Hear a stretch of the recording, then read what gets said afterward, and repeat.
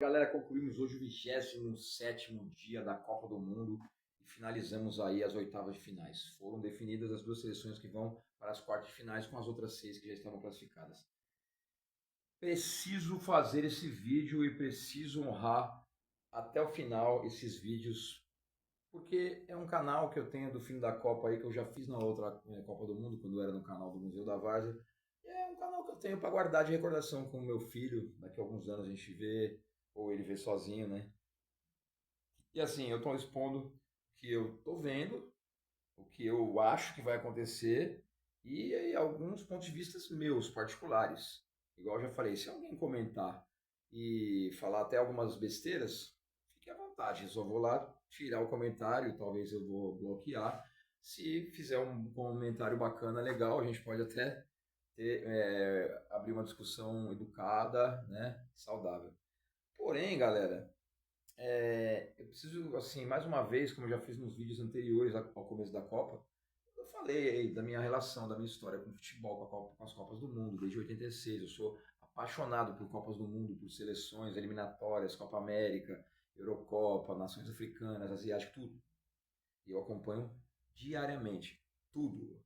Eu não vivo a Copa do Mundo só nos meses da Copa do Mundo. Eu vivo a Copa do Mundo de 4 em 4 anos, todos os dias. E assim, eu todos sabem, né, que me conhece, que eu não torço para o Brasil, não sou obrigado a torcer para a seleção brasileira. E não me venham com esse discurso, né, patriota. Já vou falar de novo. Quem nasce na Bahia e torce para o Flamengo, e torce para o Palmeiras, torce para o Corinthians, é obrigado a torcer para o Vitória, para o Bahia? Mas é diferente. Não, não é diferente. Cada um torce para quem quiser, mano. E eu respeito todos os outros. Porque tem gente que não aceita que eu torça para uma seleção ou para outra, e quer vir com argumentos nefastos e esdrúxulos e não vai arrumar nunca nada. Porque eu sempre fui assim. E eu sempre tive a cultura de gostar de várias seleções. E, inclusive, a Argentina, que para mim hoje, porra, ganhou um dos jogos mais imundos da sua história em Copas do Mundo, porque eu não era ainda, eu era nascido, tinha um ano, mas eu tinha um ano, não tinha como eu entender o que aconteceu em 78.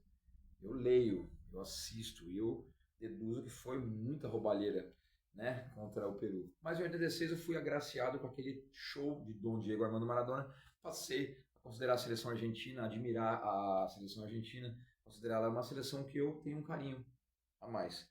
Contudo, que eu sei que acontece com a grande maioria do seu povo, não é isolados não, de racismo, de tudo isso, mas eu estou falando de futebol. E dentro do futebol também tem muito, com a torcida, com jogadores, mas eu não procuro não misturar. Eu gosto de falar do futebol jogado.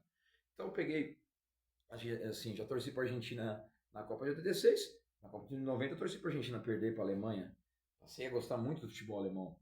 Em 2014 torci muito para a Alemanha esbagaçar com a Argentina naquela final. E torci muito para a Argentina ser tricampeã na última Copa. Só que assim, num resumo rápido, eu não queria nem fazer o vídeo hoje, de verdade, galera. Hoje foi o dia, para mim, o dia que mais me chateou na Copa do Mundo.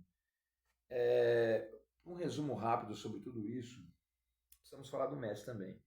Porque, assim, vamos separar aqui o monstro que ele é como jogador, a história que ele tem, principalmente no Barcelona. Talvez poucos vão fazer o que ele já fez. E ele na seleção argentina. Ele é o maior artilheiro das Copas, chegou a 21 gols. Ele é o artilheiro isolado desta Copa, fez 8. Ele já está chegando a uma marca que só o Jairzinho teve de fazer gol em todos os jogos das Copas. Legal. Vamos falar só poucos da história do Messi na seleção argentina. 2006, fez sua estreia em Copas, marcou um gol. 2010 não marcou gol naquela seleção do Maradona, que eles tomaram de 4 da Alemanha. Aí em 2014 perdeu a final da Copa, foi eleito o melhor jogador da Copa sem merecer. O Robin merecia ser, o Neuer merecia ser, menos o Messi. Algumas bolas de ouro que ele ganhou não foram justas. E aí veio uma sequência de finais da Argentina perdendo Copas Américas em 2 anos seguidos para o Chile, onde ele falou: tô fora, não vou continuar com a seleção argentina. Até então, Dom Diego Armando Maradona era o concurso. Para mim ainda é e sempre será o maior jogador da história da Argentina. E o que ele fez, a seleção fraca que a Argentina tinha em 86, foi muito mais difícil do que o Messi fez em 2022. E aí eu digo para vocês, A torcida rejeitava ele, a torcida argentina falava que ele tinha que se naturalizar espanhol, que ele só pensava no Barcelona. Ele tinha atuações apagadíssimas em Copas do Mundo, certo? E eu peguei gerações da Argentina muito boas depois de 86, né, do Maradona, com Canidia, que eliminou o Brasil em 90, com passe do próprio Maradona, Batistuta, que é o único jogador da história que fez 2 hat-tricks, né, em Copas do Mundo, com a camisa da Argentina. Riquelme, Tevez, tantos outros grandes jogadores. Verón, Simeone. Bom, vamos lá. Paulo Garcia. Aí em 2018, mais uma tentativa depois do vice-campeonato na Rússia, paulada para a França. E tudo indicava que ele não continuaria na seleção argentina. Aí o Sampaoli entrega o chapéu, seu auxiliar, Lionel Scaloni, assume. E aí o que aconteceu?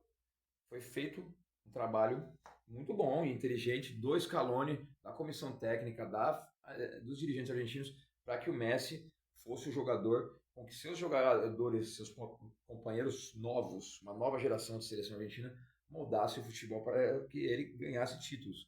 A Argentina não ganhava uma Copa América desde 91, 92, se não me falha a memória, ou 93.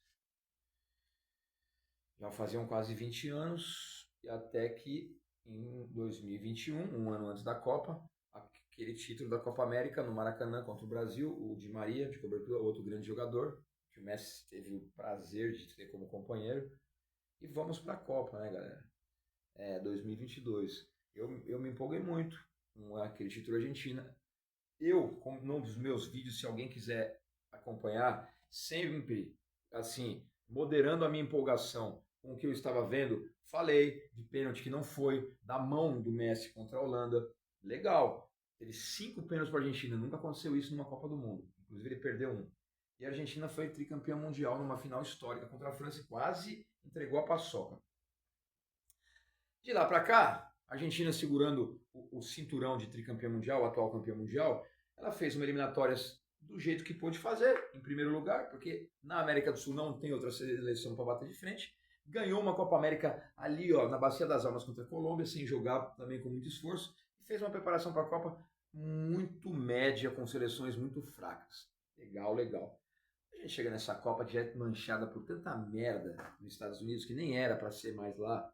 Não vamos voltar a falar sobre isso, mas o último caso vocês viram, né? O Infantino tirou o cartão vermelho do Bologan, porque o Trump pediu. E sem contar, mano, essa situação desses patrocinadores, mano. Fora as bets que mandam no futebol hoje em dia, e estão destruindo tudo. Tem umas casas lá de análises de jogos, que manipulam resultados. E tudo isso está acontecendo na Copa. Mas em especial o Messi. Mano, vamos falar bem a verdade. O Messi no primeiro jogo contra a Argélia ele tinha que ser expulso. Ele fez uma falta que nem foi chamado por VAR. Aí o efeito borboleta fez com que a Argentina ganhasse de 3-0 com gols de quem? 3 do Messi. Deu logo um hat-trick. Já deu aquela disparada na artilharia da história das Copas e na artilharia da Copa. Aí veio. O segundo jogo da Argentina foi contra a Áustria. Contra a Áustria. Gol.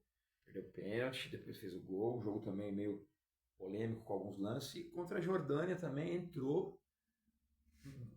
Faltando poucos minutos, bateu uma falta e o goleiro parece que deixou o gol entrar. E tudo isso, nessa luta dele, quem é o melhor, ele é o Cristiano Ronaldo. O Cristiano Ronaldo, todos sabem, ele não tem uma história, não tem um histórico top em Copas do Mundo, muito porque Portugal não ajuda, mas foi o grande rival do Lionel Messi nesses últimos 20, 25 anos, muito por causa do confronto entre Real Madrid e Barcelona. Só que tá surgindo outros caras. O Mbappé mesmo, quando o Messi marcou seu primeiro gol em 2006, o Mbappé era uma criança. O Mbappé tem 18 gols, 19 gols em 19 jogos de Copa do Mundo. Desde 2018 que ele joga e tá ali com o Messi. Tem um gol a menos na Copa e agora novamente 2 gols a menos na história das Copas. Tem o Harry Kane chegando também, o Haaland que vai ser um cara que vai... Enfim, todos sabem que o Messi depois dessa Copa, provavelmente será a última Copa dele, tenho quase que certeza, vai ser ultrapassado no número de gols no histórico, né, das Copas por Mbappé, por Haaland, talvez não pelo Kane, e que outros recordes serão quebrados. Mas parece que a FIFA e o Infantino, que para mim é o Alexandre de Moraes do futebol, com aquela careca dele muito parecida, Esse cara é um anticristo do futebol. Ele é a pior pessoa que já existiu na história do futebol. Ele vai e me bate palma na vitória da Argentina sobre o Cabo Verde. Vamos falar também sobre esse chaveamento. Porque eu acredito que muitas coisas são manipuladas, induzidas, e já se falou disso há muito tempo, como o Platini falou de Brasil e França em 98, que foi ajeitado para que eles se encontrassem só na final. A Argentina, obviamente, pegou um grupo muito fácil, com Argélia, Jordânia e Áustria, e a segunda fase, teoricamente, poderia pegar o Uruguai ou a Espanha, mas pegou o Cabo Verde. E ganhou no sufoco de 3-2. No sufoco, no último minuto do segundo tempo da prorrogação, com lances polêmicos. Só que hoje, galera, mano, o que eu vi hoje é de se espantar. Estou aqui torcendo para o Egito, sabendo que o Egito não tem condição nenhuma de eliminar a Argentina. Nos meus prognósticos, a Argentina está na semifinal. E aí, vamos contar um pouco dessa história para vocês aqui, ó. O que aconteceu nesse jogo? O Egito saiu na frente, vamos colocar aqui, ó. Ficha técnica Argentina versus Egito. Pomba. O Egito saiu na frente com o Ibrahim, certo? Aos 15 minutos. Messi perde um pênalti, que para mim não foi pênalti. Aí, o Zico egípcio faz um gol legítimo. Por quê? Porque existiu uma falta no começo da jogada, que também não se sabe ao certo se foi mesmo ou não, mas em outros jogos não seria chamado o VAR para esse lance. Então eu não estou falando do lance em si. Eu estou falando que foi chamado o VAR para um lance desse, num golaço de contra-ataque, que o Salah deu a bola para o Zico fazer 2-0. Certo? 2-0. Vamos lá no VAR. O Messi, ele manipula os árbitros, ele apita os jogos. Ele pediu para ser revisto o lance para o quarto árbitro, que não tem poder nenhum de falar nada, e foi ele que chamou o pedido, o gol anulado, beleza? Na sequência, o Zico faz outro gol, um golaço. E aí tinha que tirar da camisa e tomou amarelo de um gol que ele comemorou que não valeu. Então, o cartão também não deveria valer. 2-0. Aí, Lute Romero fez o primeiro gol da Argentina. Foi o tempo de eu botar a camisa do Egito, ir para o campo, treinar a molecada, e aconteceu todo esse desastre. 3 minutos depois, o Messi empata. Aí o Egito tem a chance também de fazer o 3-2. Tudo isso também acontece lá naquele momento do jogo de nervosismo. Nos acréscimos, o Wendel Fernandes faz o terceiro gol, num começo de jogada que foi falta da Argentina, como foi falta do Egito, que chamaram o VAR, e a Argentina não chama o VAR.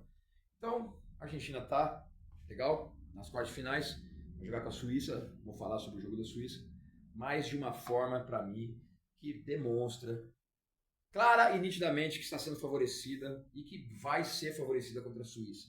E, aliás, a França joga com o Marrocos depois de amanhã, vai falar amanhã sobre todos esses jogos das quartas finais, com um quinteto de argentinos, os 3 árbitros e a galera do VAR.